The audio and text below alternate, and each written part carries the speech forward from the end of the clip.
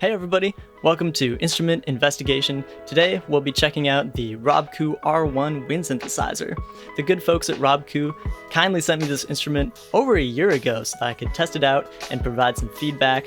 In the months since, they've made all sorts of improvements and upgrades to the firmware, and have even received their fair share of accolades along the way. So I thought now would be a great time to make a video about it, show off its capabilities and features, give you my take on it as an instrument, and of course, provide a musical demo as well. Let's check it out.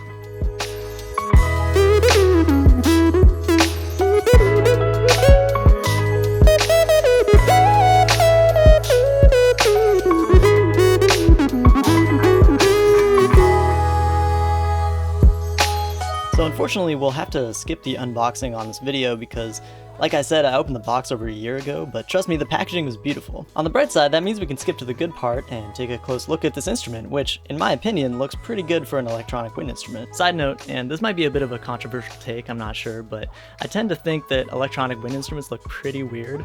I'm no designer, but it seems to me that a lot of manufacturers have trouble navigating the aesthetic space between acoustic wind instruments with all of their natural curves and computers, which tend to be, blocky and rectangular. I think that the R1 has found a pretty good middle ground here. On the front side, we have 7 touch-sensitive keys, and we have these 4 buttons, which have a clicky feel to them. On the back, we've got 3 octave keys, a ring for the neck strap, a hook for the thumb in case you don't want to use the neck strap, a pitch bend wheel. We've got 2 buttons here for navigating the menu. This is, of course, the power button. We've got a headphone jack and a USB-C port for data transfer and charging. This hole down here allows air and condensation to escape the instrument, and on the very bottom here we have a 1/4-inch output so that we can plug this instrument into an amplifier. Here's what the mouthpiece looks like. I'll take off the cap. It's nothing special, but it's pretty comfy. It might be upside down, I'm not really sure. There's no bite sensors or anything, so it doesn't really matter. This can actually come off, and inside you can see a little bit of condensation, and over here I think is where the breath sensor is, and over here is just a tunnel that travels down to the very end of the instrument. If we turn it on, then we can see the current firmware version over here in the top left, and once it loads, the current patch. We can go into the menu by holding this button and pressing this button. Here we can change things like volume, the amount of reverb, the transposition, and in the advanced tab there's a bunch of other stuff. You can customize your patch bank, change the octave. Magic button refers to this thing down here, and you can choose what that does. I think we can choose between having it do portamento or bring in another sound. Same with the 2 pinky keys in the left hand. The pitch bend wheel, there's some motion control set up here, the amount of portamento that you use if you choose to activate it, the range of the pitch bend wheel, what channel this sends MIDI on, note on velocity, master tuning, fingering mode of course, a couple different options here, sax, Lucy, DZ, EVI Plus, and Whistle Plus. I use saxophone, of course, any MIDI messages associated with breath control, and even some breath response curve stuff. Also breath sensitivity, key sensitivity, and that's it. Overall, there are a fair amount of customization options here. By the way, you can also change these settings using the jamkoo app if you prefer. This is also the place where you can create and design your own custom fingering system, which, as you can probably guess, I totally did. The mechanism for this could be a little bit more streamlined in my opinion, and as of now, there's no way to share custom fingering systems between users, but I'm definitely really happy that this feature exists. The first thing that I did was change this fingering, all fingers down, from C to E flat, and I also added a couple different fingerings for B flat and A flat as well. The jamkoo app has some other features as well. It can act as a sound module for the R1 in addition to the built-in sounds, and it also comes with sheet music and backing tracks. I'll be the first to admit that I have no idea how to read this sheet music, but the backing tracks sound great and they're fun to play along to. Speaking of fun apps, the same company is actually developing a iOS synthesizer called Quithesizer, which will probably make its way into a synthesizer spotlight video pretty soon. So what do those built-in sounds sound like anyway? Well, I'm going to save that for the end of the video. First, I want to talk about how the R1 functions as a MIDI controller. There are 2 ways that you can connect the R1 as a MIDI controller. One is wirelessly over Bluetooth, and the other way is through this USB-C port on the back. Both of these work really well in my experience, but it's worth noting that the R1 wasn't always a good MIDI controller. It actually used to suffer from a lot of the same issues that the Van Gogh EV100 did, and you can check out that video if you're interested. These issues have since been fixed, and yes, I am am taking at least partial credit for that. Anyway, this thing works really well as a MIDI controller. It's got a great breath sensor, and it even sends motion control data over CC number 1, which I like to use for vibrato. Unfortunately, for now, motion controls are limited to tilting the instrument, but I happen to know that Robkoo is in the process of expanding that to roll left, roll right, and maybe shake, which is super exciting. This is great because it means that I'll be able to use the R1 with my preset pack, 3D Winds Volume 1, which is the only preset pack in the world that combines the expressive capabilities of multi-axis motion control with the exciting affordability of a free synthesizer. Check it out on my Ko-Fi shop if you're interested. Just go to my shop and filter by synth patches, and you should be able to find it pretty easily. So is the R1 the perfect electronic wind instrument?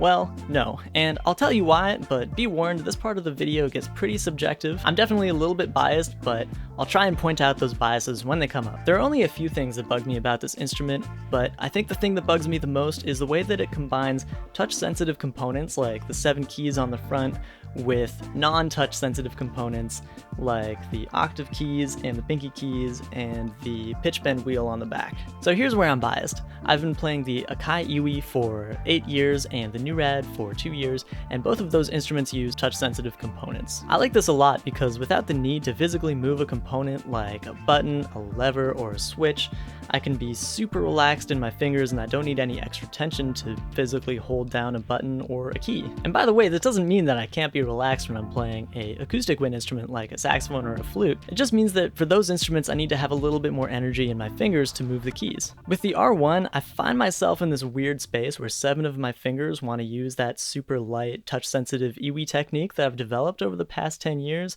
while the other 3 fingers are constantly surprised at how much work they have to do in comparison to do their job on this instrument. If I had to make an analogy, it would be like having a piano keyboard where most of the keys are like a light spring action, but some of them just randomly are like hammer action grand piano keys. Another analogy could be having a computer keyboard that combines light little laptop keys with those big chunky old-fashioned like desktop keyboard keys. Is this something that I could get used to with practice?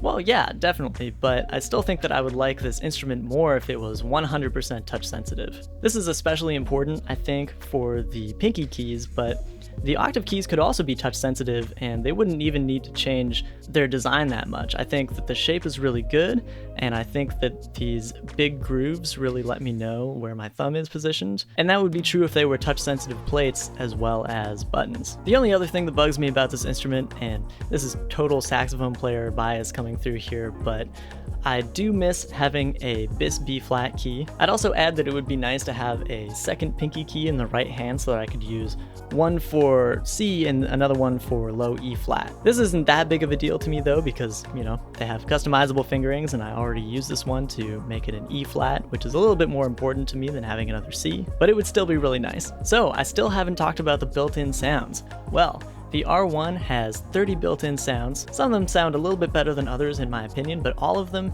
have a really nice, expressive, wide dynamic range, which I think is really important for an electronic wind instrument, and something that I definitely feel is missing in the Iwi 5000 and the Iwi Solo. The real standout in the built-in sounds, I think, are the traditional Chinese instruments. Those make up roughly 1/3 of the sound bank, and they sound really cool, so I decided that I would try and make a track with them.